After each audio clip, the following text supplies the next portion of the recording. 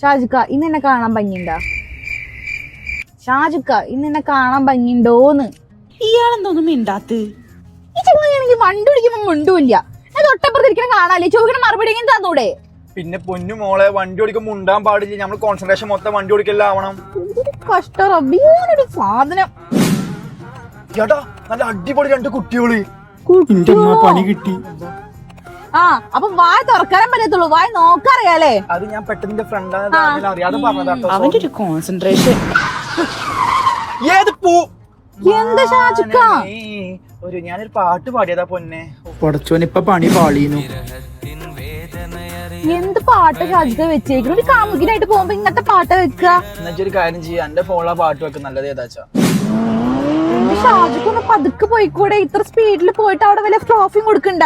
ഞാൻ പതുക്കെ തന്നെ പോണം, എനിക്ക് തോന്നുകയാണ്. പതുക്കെയല്ലേ പോണം.